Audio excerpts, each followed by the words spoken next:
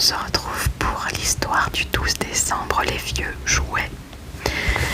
Il était une fois Muscade, l'ours blanc, et Papou, l'éléphant rouge. Deux vieux jouets abandonnés et malheureux au fond d'une malle. Ils avaient appartenu autrefois à des enfants. Mais ceux-ci avaient grandi.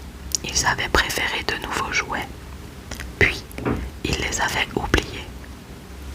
Un soir, Papou dit à Muscade: « Il y a très longtemps, j'ai entendu parler d'un endroit où les vieux jouets sont réparés, dorlotés et aimés, comme s'ils étaient neufs. » Muscade, qui somnolait, se redressa.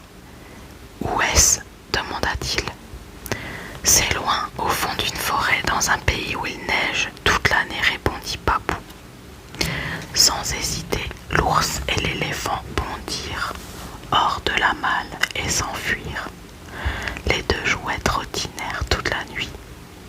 Soudain, une forêt se dressa devant eux, épaisse et menaçante. Papou et Muscade se regardèrent anxieux et entrèrent dans les bois. Des flocons de neige se mirent à tomber. Ils arrivèrent devant une maison au mur noir comme de la suie. Muscade et Papou, tout excités, frappèrent à la porte. Une sorcière leur ouvrit et se pencha vers eux d'un air mauvais. « Bonjour, madame. Est-ce ici le pays des vieux jouets ?» demanda poliment Papou. « Pouah, des jouets, je déteste les jouets. Filez, sale bestiole, avant que je vous transforme en crapaud. Oust !» hurla la vieille en saisissant un balai. Épouvantés, Papou et Muscade détalèrent. Ils poursuivirent leur chemin dans le froid. Ils arrivèrent devant une maison percée de fenêtres qui ressemblaient à des yeux méchants. Pas très rassurés, ils frappent à la porte.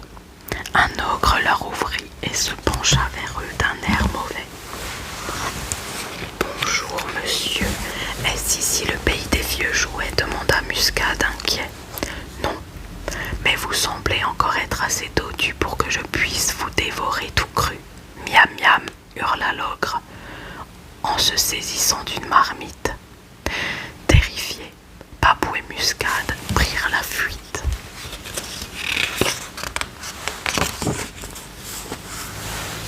Ils marchèrent encore longtemps, ils étaient fatigués. Enfin, ils arrivèrent devant une petite maison coquette et décorée de guirlandes.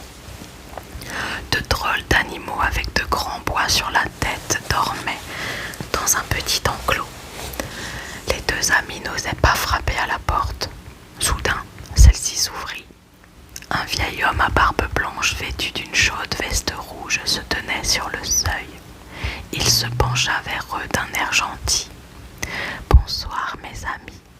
Vous avez l'air épuisés. Entrez vite, vous réchauffez. » Derrière le bonhomme, Muscade et Papou aperçurent des poupées qui jouaient à cache-cache, des petits soldats qui jouaient aux dames, des ours en peluche qui jouaient du tambour et des centaines de vieux jouets en train de rire et s'amuser.